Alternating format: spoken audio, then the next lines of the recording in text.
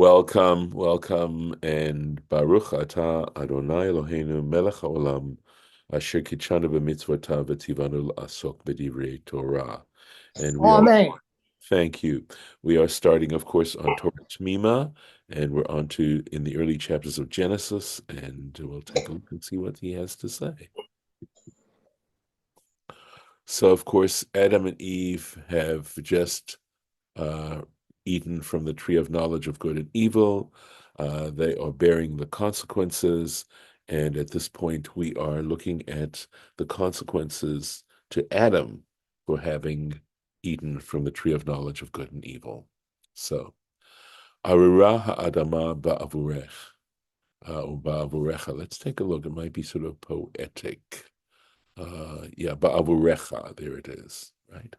Okay. Tanya. So again, this is an introductory statement, meaning essentially it's taught, and it means it's a fairly early, prior to the close of the Mishnah.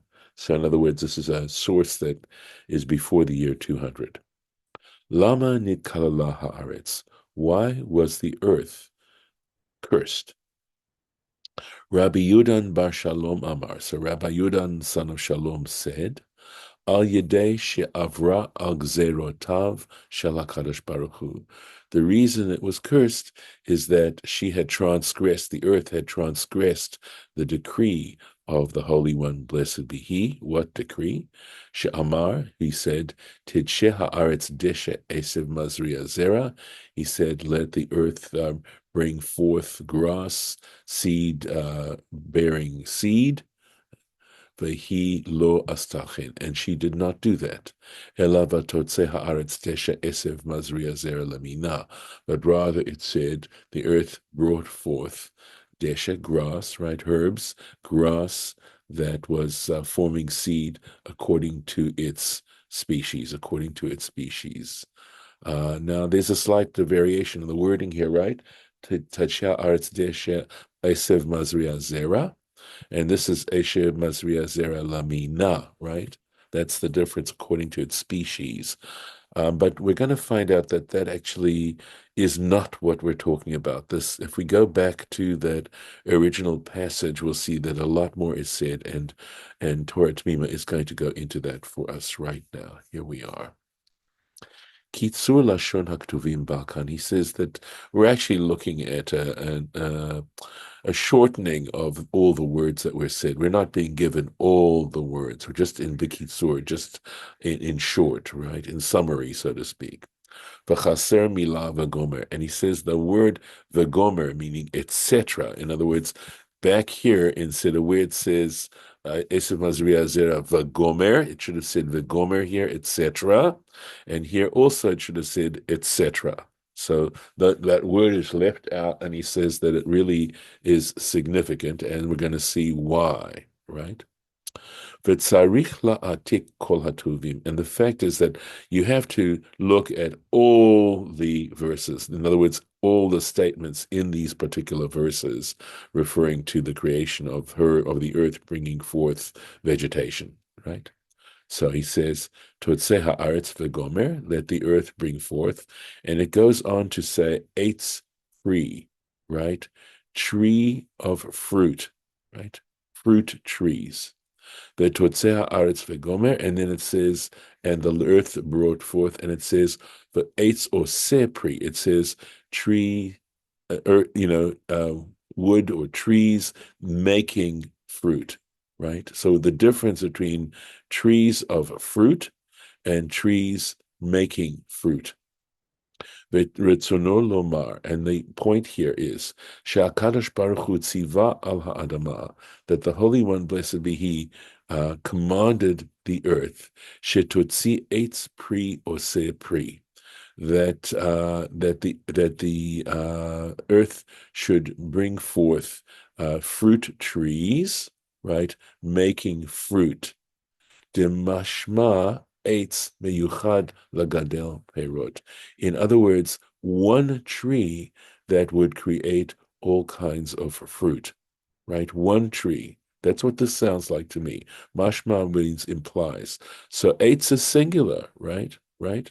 Uva asiya kativ, but when it came to the actual making of the trees, the actual fulfilling of that, vototzeh haaretz vegomer, and it says the earth brought forth v'itzra, and it says ve'etz oseh pri, and trees making fruit.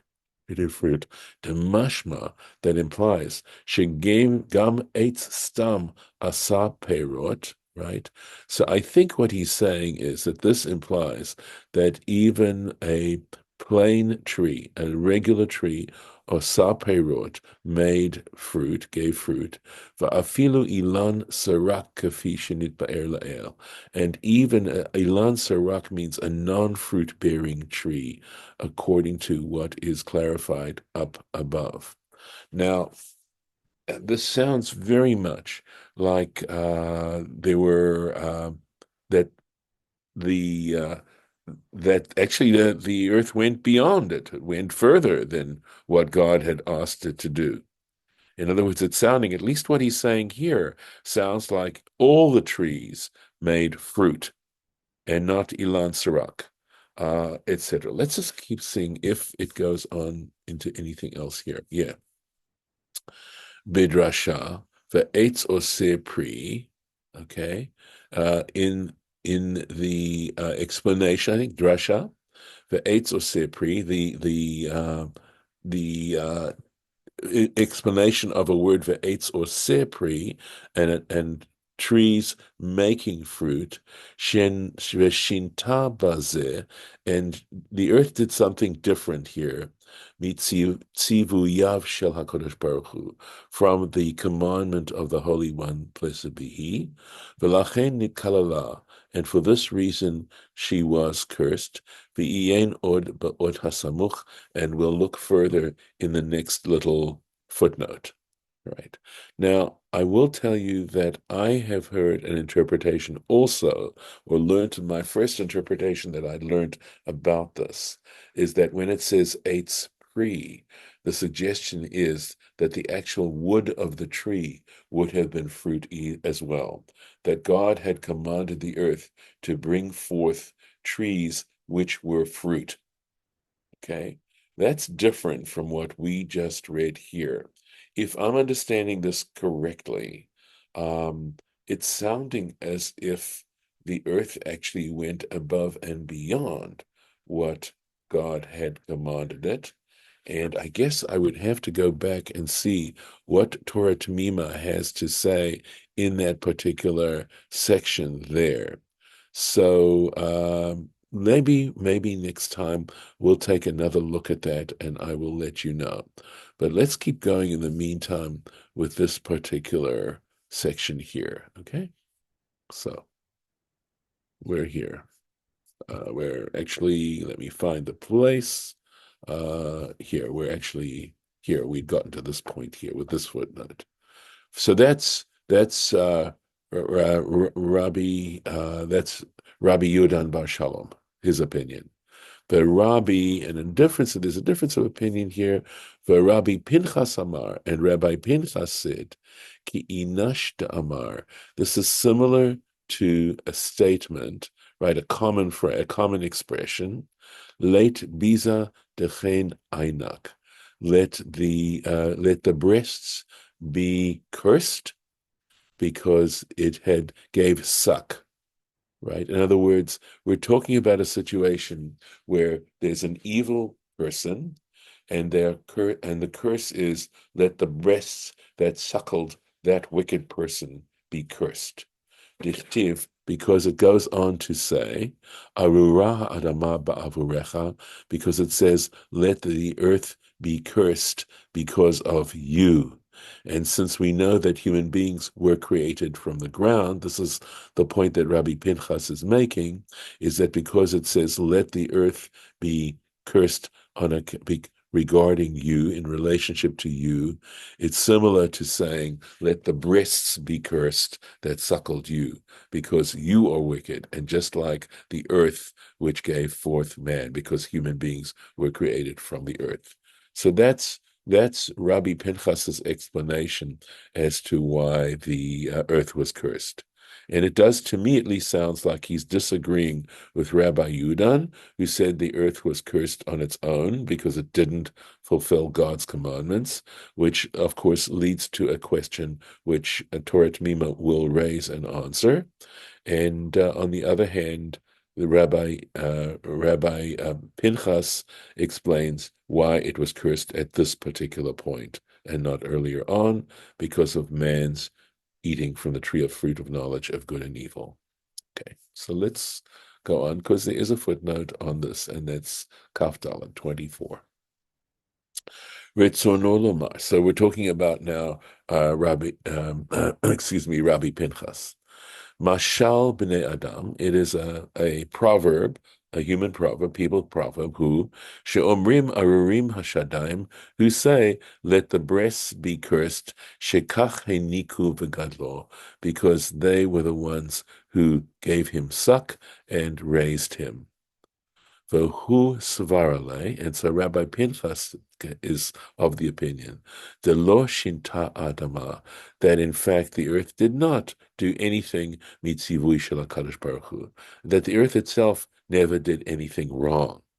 Uma shehotzia perot gam me'elanei sarak, and the fact that it gave forth fruit even from the trees that weren't giving fruit, non-fruit bearing trees, humipnei shesimcha o samcha al sivuya, because she was delighted regarding God's command, Shel HaKadosh Baruch Hu, of the Holy One Besabihi, v'hosifa ala tzivui, and in fact did more, right, than she was simply commanded.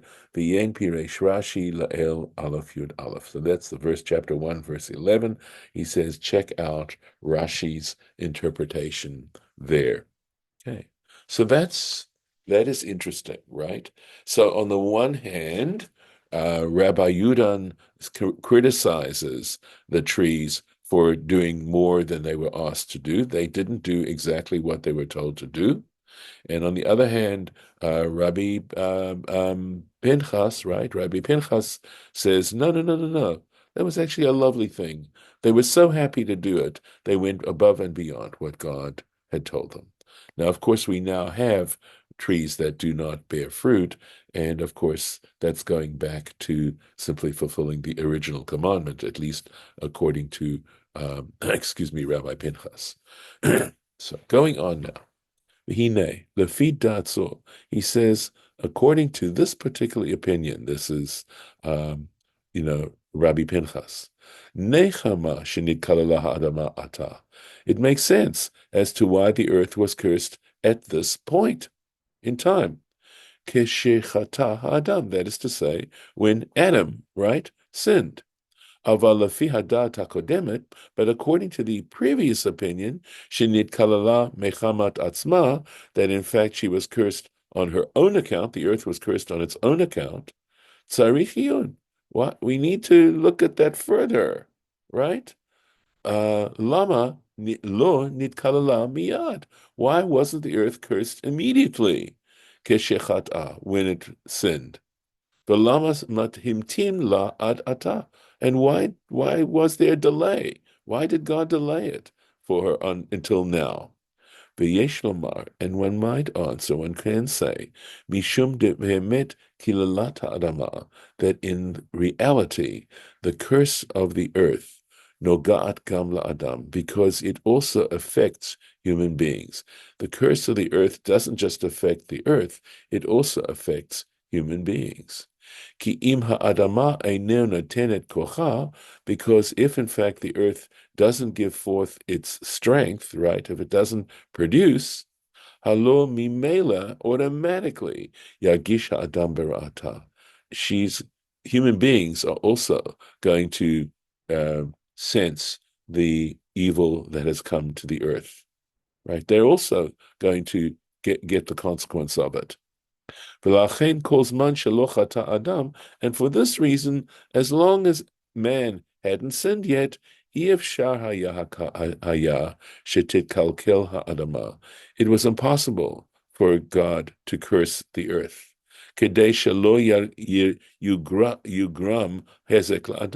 So as to not cause any injury to human beings. Avalata, but now, keshechata Adam, when man sinned, ad ad shira'ui lekalala, right? Unless this is aid, but I think keshata Adam. Oh, aid. This was in fact proof, right? This was testimony, shira'ui lekalala, that in fact the earth needed to be cursed. Lachen nifkada hadama lihitkalel b'chet'ah. And for that reason, the earth was now taken into account to be cursed for its sin. Umidayak ma'od, and this makes a lot of sense. This explanation makes a lot of sense. Lefi zeh halashon, according to that expression where it says Arura ha'adama ba'avorecha, and we're looking at this in a different sense, but now it's saying the earth is being cursed on your account. In other words, klomar, bishvil chatacha, because of your sin, Adam, nifkat chata'a gamhi. Her sin also is being brought to mind, and she is getting the consequence of the sin she made. Vedok, and that makes a lot of sense. So both explanations are good explanations in terms of whether the earth sinned or didn't sin, and we are able to make sense out of why the earth would be cursed because, and not initially when it didn't fulfill the divine commandment. Be'itzvon tochlena. In suffering, through suffering, you will eat, right? You will be able to eat from it. Amar Rabbi Yochanan, said Rabbi Yochanan, Kashim mezonotav shel Adam kiflaim kiyoleda.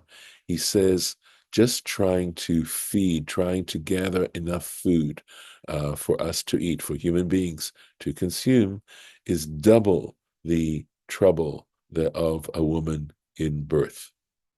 De ilu beyoleda kativ, because regarding one who is giving birth, kativ be'etzev. It uses the word be'etzev, right, in pain. Uve mizonot, but now it's talking about food, right, having enough food. Kativ be'itzavon. It has a word itzavon, which enlarges on the word etzev. Now, you may be asking, well, wait a second, is it really the case now? And we can crank forward. There is a tradition that Noah invented the plow and was able to make it easier for human beings to, to gather food and to sow and to plant food and to, etc., do that. So, in a sense, the curse was mitigated to some extent, but it can imagine trying to grow food without a plow. To grow food on any large basis would be very problematic. But we also know that growing things isn't always the easiest. There are all kinds of diseases. There's also minerals that if they're lacking, the plant won't grow properly. There are insects that like to attack the food. There's also animals that like to attack and eat the food as well, and in fact can limit one's harvest. I know that birds also can enjoy picking fruit, etc. So it's a lot better than might have been at this particular point, but it certainly is not easy. So let's take a look at what Torah Temimah has to say here. So he says, Trey mashma. In other words, the fact that it says itzavon implies double, right? Ve'iyen b'hagaot harashash, and he gives you a reference here. He says, take a look at the notes of the Rashash. The Rashash is a rabbi, I believe, is Shimon Shkopf, who's again a major contributor to and scholar. Uma shira'ah hadorish lidroshkein, and in terms of what the one who is interpreting, that's Rabbi Yochanan, to interpret in this way, Yesh lomar, we could say, mishum de kashelo, that he has a problem, right? The text is giving him a problem. Lama ne'edsha ha'isha yoter meha'ish, that it wouldn't make sense for the woman to, in fact, be punished, right, more than the man. Uve'emet, and in fact, mehara'ui, it would be appropriate, haya she anish hu yoter, that the man should in fact be punished more than the woman. Why? Why? Because the woman wasn't given the command from God, but the man was given directly that command from God. So the fact that he contravened the command after he had heard God tell him directly not to eat from the tree of knowledge of good and evil would imply that he should be punished more than the woman who never did hear that. She simply heard it from Adam, al isur ha'achicha, regarding the prohibition of consuming that fruit. Hava leile hizaher biyoter, and it was for him to be more careful about not contravening. V'gam hanashim bichlal datan kalot, and not only that, we discussed this particular expression, and it means that the women are easy to convince. It's easier to convince them. V'ra'ui sheyehe anshan kal me'onesh ha'ish. And it may make sense that their punishment, if that is in their nature, to be convinced, then more easily than a man, then they also, if that's in their nature, they shouldn't be punished. It's their nature. Lachen mefaresh de be'emet nitkale la'ish yuter. And for this reason, he interprets this verse that the man was cursed more than the woman. Ki kashim mezunotov shel adam kiflaim kiyoleda, because he says getting enough food, right? Providing enough food is twice as hard as giving birth to a child. Vechovat hamezonot v'haparnasa hala al ha'ish, and at least according to the Bible, the obligation of providing enough food, right, and livelihood actually falls on the man. The man is the responsible one for this, at least according to the Torah. And with that, we will stop for today. All right.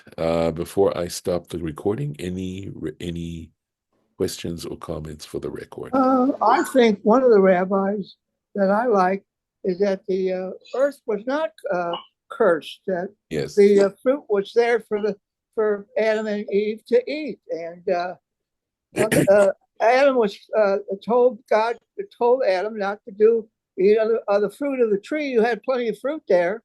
Yeah. Not to eat fruit of the tree, but it wasn't Adam's fault. It was the snake's fault.